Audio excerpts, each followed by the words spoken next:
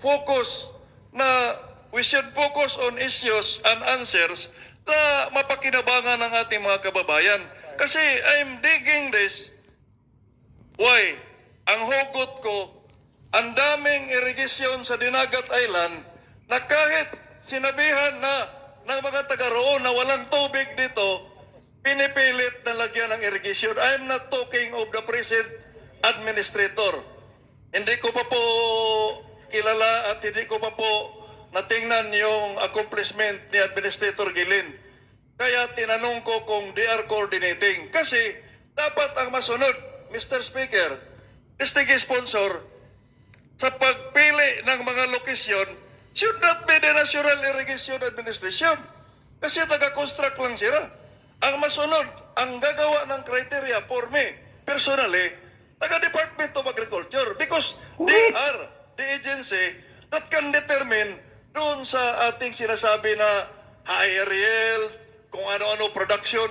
Sa kanila po yon ng Department of Agriculture. Baka kasi nabaligtad. Baka kasi yung National Irrigation ang nagre-dictate kung saan yung location. Which is for me, hindi po tama.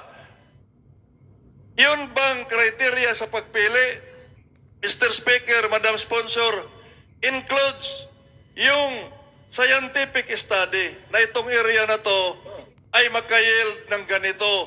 May cost-benefit analysis ba, Mr. Speaker, to maximize the utilization of our meager resources?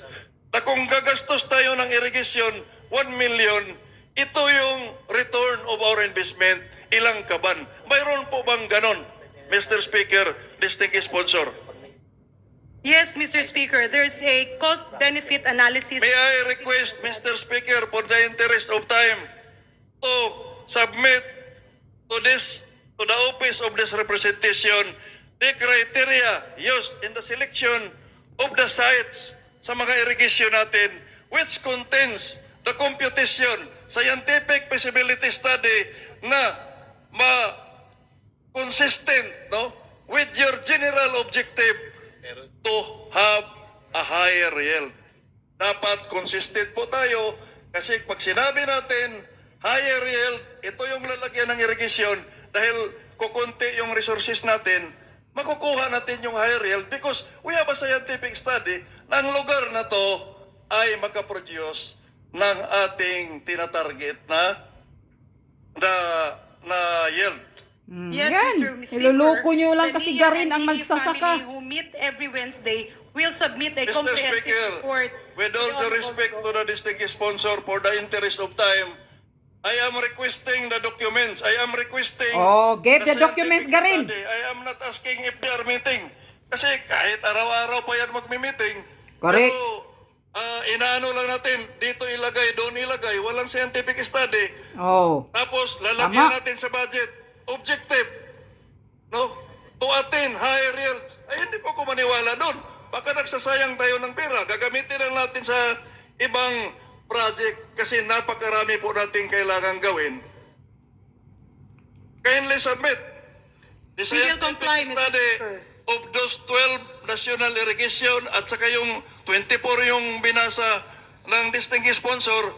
Kindly submit the individual study in order to determine kung talagang totoo na pinag-aralan yung lugar na paglagyan na magkakaroon ng higher yield tayo. Because, again, we are maximizing our meager resources. We will submit, Speaker, including the feasibility study and the cost-benefit analysis of each project. Thank you for that. Kailan po ma-submit yan bago tayo mag-period of amendment? 1 week? Within 1 week, Mr. Speaker. Ay wala na. Merkulis na lang tayo. Kasi may introduce, we are introducing, this representation will introduce in the proper time, some amendments or maybe, no, special provisions in DAGA with regards to the utilization of budget allocated to irrigation. Mr. Speaker, distinguished colleague, is our distinguished colleague willing to accept a soft copy? Yes. Yes, so if Yes. it's a soft copy, they can submit within the week or tomorrow. Because it's voluminous. Wednesday, Mr. Speaker, Wednesday po yung last natin, period of Yeah, amendment. that's tomorrow, Mr. Speaker. Gusto ko lang, this representation would just like, no, to make sure na tama po yung, consistent po yung location ng mga projects na yon with our objective for higher yields. Kasi for me, no, it should be the Department of Agriculture who will propose na dito tayo, dahil pinag-aralan namin to, maganda yung lupa, may tubig, no? Kasi kung national irrigation, mapupunta na naman parang dinagat. Oh, I have here a complete picture ng mga lahat ng mga irrigation na nire-report ng inyong satellite office na completed, accepted, may turnover. Oh, pumirma ang mga beneficiary. Hindi nga nila alam yung pinirmahan nila. Oh. Instead, pinaran, puntahan mo doon. National lang. Walang irrigation dahil walang tubig. National na lang ang natira. No, panluluko ni Para Garin. pang water district. Oh, saan ang pera? District na lang ang matitira, wala nang water. Ganito, I have a complete picture. Booking. Pagkatapos, nandito ba si Mrs. Lariba? Si Miss Lariba? Ito ba yun? Yang taon-taon, last Mr. year, Speaker, Ms. Lariba is in the pinasabit din field. tong report na to. Para bang hindi ako taga roon at hindi ko pinuntahan yung area na yon na mag-submit ng mga dokumento na she is lying. She's lying. Oh. So, Ms. Lariba, Ano? Garin, booking ka kay Congressman Daguok. Yung project mo, puro nasyonal. Walang water, walang irrigation. Oh, yan talaga. Napakakawawa talaga ng mga magsasaka natin. Kaya talaga totoo, marami na talagang mga magsasaka natin na desperado na, nagpapakamatay na yung iba. Noong nakaraang linggo nga, maraming mga magsasaka, tinatapo na lang daw yung kamatis nila. Dahil daw sa import na mura, tapos sa kanila hindi na binibili. Kawawa. Pati dito Garin, na hindi daw nakatanggap ang mga ng tulong ang mga magsasaka. Nasaan yung irrigation mo na walang tubig? Oh, booking ka kay Daguok.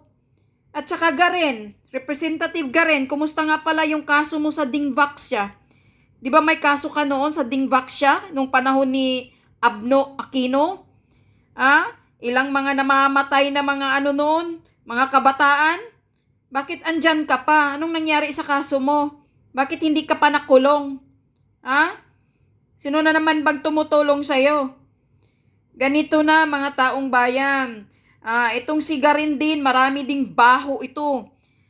Hindi ko palang nakalkal ang mga amoy putik nito. Ito, booking siya kay kay Representative Daguok. Kinukuha talaga yung area, pinipicturan, booking. Irrigation, water irrigation project. Nasaan ang pera? Walang tubig. Ganito kayo kamanluloko sa mga ordinaryong Pilipinong walang kalaban-laban. Kaya ganito nakakahiya talaga itong gobyernong mga kawatan. Gobyernong puno ng korupsyon. Kawawa ang mga ordinaryong Pilipino. Lulukuhin pa yung mga magsasaka natin. Walang hiya mo. Sana talaga mayroong batas. Mayroong gagawa ng batas na pag ang mga congressman, ng mga kawatan, manluluko sa mga taong bayan, talagang death penalty. Bibitayin, patiwarakin yung dila. Nakakasawa na ang ganitong bansa. Laging kaya talaga walang asinso ng Pilipinas. Kung mayroon pang fourth world country ang Pilipinas na ang pinakamababa. Nakakahiyang bansa dahil sa mga magnanakawng politiko na nakaupo sa gobyerno.